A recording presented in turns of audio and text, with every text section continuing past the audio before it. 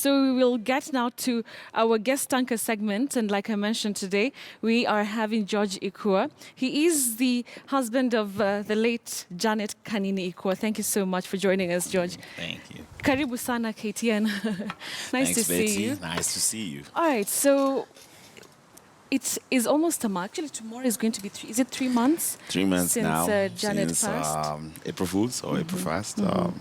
It's 3 months. 3 months tomorrow. 3 months tomorrow. Yes. How has it been, and what do you miss most about Janet? Wow, how has it been? First month, busy with the funeral. Second month, total meltdown. Third month, sinking in. It's a journey. I think grieving is a very personal process, and it gets better. It's like someone said it's like a movie you watched a long time ago, but you remember all the intimate details of the movie. Right. So it gets better because the down days are less and less. Yeah, and Miss, I shared 14 years with Janet, so it's somebody who's really been part of my adult life, Right. and to have that removed, it's a huge vacuum. But also, now we're in the point of celebrating. I mean, there's so much she was able to do, and I have decided to take a decision and just carry her. One of the things I promised that I would Right. take her That you'll do. a legacy on. Let's talk about Jasmine and Pedro. Pedro, yes. So Jasmine, of course, it's been a very hard and tough moment for her, and of course for Pedro too.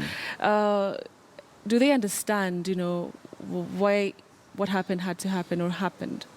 There's a reason they say kids are from God, because Jasmine is 4, and for her it's really trying to grasp what does this mean. Why can't she come just for 10 minutes? And it's really, but it's not an emotional or a painful question. It is more, this doesn't make sense to me. So she'll say things which, and trying to grasp it will, actually you who is receiving the question will have more pain. More pain. Like she'll say, okay, can she come for 10 minutes? I need to do this and then go back to heaven. She'll say things like that. For Pedro, he was a bit older and they were extremely close, and their personalities are really matched. So for him, it's really, really been painful. I mean, he's my son. Yeah. I have to deal with this, Right. and we will walk this path. I was, I don't know, privileged or whatever. I was there when Janet lost her dad. I didn't understand it then. I thought she was overreacting. And now when I see my kids go through it, now I have a better understanding of what Pedro is going through, because I saw when she lost her dad, how it went. Yeah. So of course, when Janet, broke the news through the internet, and it's like she carried so many people, on this journey for such a long time. Yes. And everybody felt like they were cheering her on and supporting her, even financially in terms of prayers and everything. But that's of course from the outside. How was it like from the inside, and especially from 2015 when she was diagnosed with DVT, and then all the tests started to come in, and you were there, and she mentions you so many times, even in interviews that she did previously, saying that you were a big support system for her. So how was it being on the inside with her? She's such a strong woman.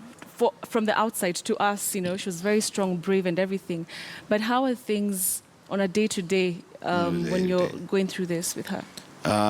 One thing I'll tell you, I think that was one thing as a couple. Jen is like one of the most stubborn human beings you'll really? ever find. Like, there's one stubborn girl. I'm also a stubborn, and we were both strong personalities. For her, when she decided to be there and channel it through writing. Janet always wanted to write. Actually, she used to say in her bucket list is to write articles. And for her, the writing was therapeutic. The initial part was really terrible, the first couple of weeks, because she didn't see it coming. Her father died of the same lung cancer, whatever. But then And I'll tell you, Betty, you know, you enter like an autopilot. You gotta do what you gotta do. You There's know, no time to there's no overthink about things, yeah? because I was the one holding all the strings. My kids, finances, our home, family, friends, relatives, levels of information to release, keeping Janet at hope and all that. And that's the role of the caregiver. And to have walked through it, I really encourage people to understand the pain of a caregiver, because it is the one person who cannot panic, yet is in the most panic because they are watching it as they move. And I really wish we could give caregivers more breathing space. Because if Janet, for 1 minute, thought I'd given up, we're all in trouble. So she would look at me, and with my bravado, I'd tell her, hey, girl, we're fine. So what was your support system? I mean, if she's looking up to you and she's hoping that, you know, everything is okay.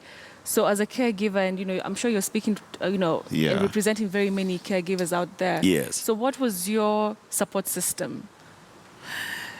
I have a thought process which I maybe I can share. I believe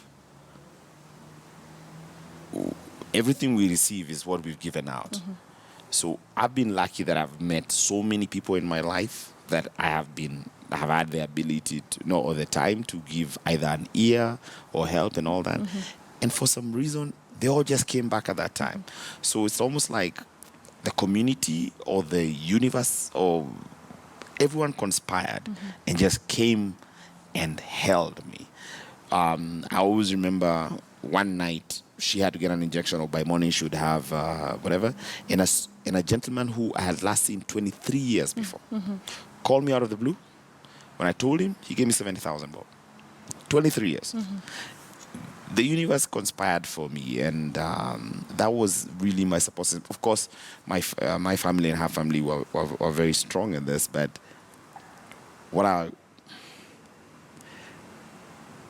when you're saying keep the faith, it is a stranger showing you that reassures you. You kind of there are people who are supposed to be on your side, but when the strangers surprise you, you kind of think you're on to something. And it's interesting that you say that, because you know, cancer remains to be a very big burden, even financially, to Yes. many families. And you know, when, you know, people came out and started supporting her, you know, through the pay bill and everything, did you expect, you know, that kind of support from Kenyans? And what did it tell you? And even for her, what was she thinking at that time? What was she saying about, you know, the support that she got from strangers, including prayers? Yeah. Wow. I mean, like, this is why you say there's a God. This is like, generally people are actually good people. I have come to now believe this. When she was diagnosed with cancer, she was given 3 to 6 months to live. We were in India. We had gone for 1 week. Actually, we had booked some holiday somewhere there in the middle of this checkup. So money ran out after about 2.5 months, 3 months. I had to come back to try and hustle. We had abandoned our little babies who were 4 and 2 at the time. And the money thing came from just people I had befriended out of, and Janet, of course, being a presenter like yourself, was very guarded about the perception that would be there, that somebody who's a media personality is out there. And 2 media personalities just took it and ran with it. I was so shocked. I always remember that concert was conspired as I was seated somewhere. And I was not in, they just started sending me photos. There's a poster, and they kept amending the poster. And at one point, the poster could not fit the number of artists who wanted to perform for free. And everyone donated. Carnival. And Janet was in India at the time. I remember the doctor told us, you need to send us, it was a Thursday, you need to send us like something like 1.2 million on by Tuesday. Wow. Thursday, 0 bob. One lady called Ses Mutungi gets on Capital, goes crazy on air, raises the money on Monday. Wow. To the dot. Sent it. we were very lucky, and for me, this conversation cannot be about me. One thing I realized is that yes, we were privileged, and Janet was very privileged due to her job or whatever, however the universe conspired. Very few people could pull off what we pulled off. So we need to do something for the others. And of course, we'll talk about it a bit later. But you cannot have, I can tell you,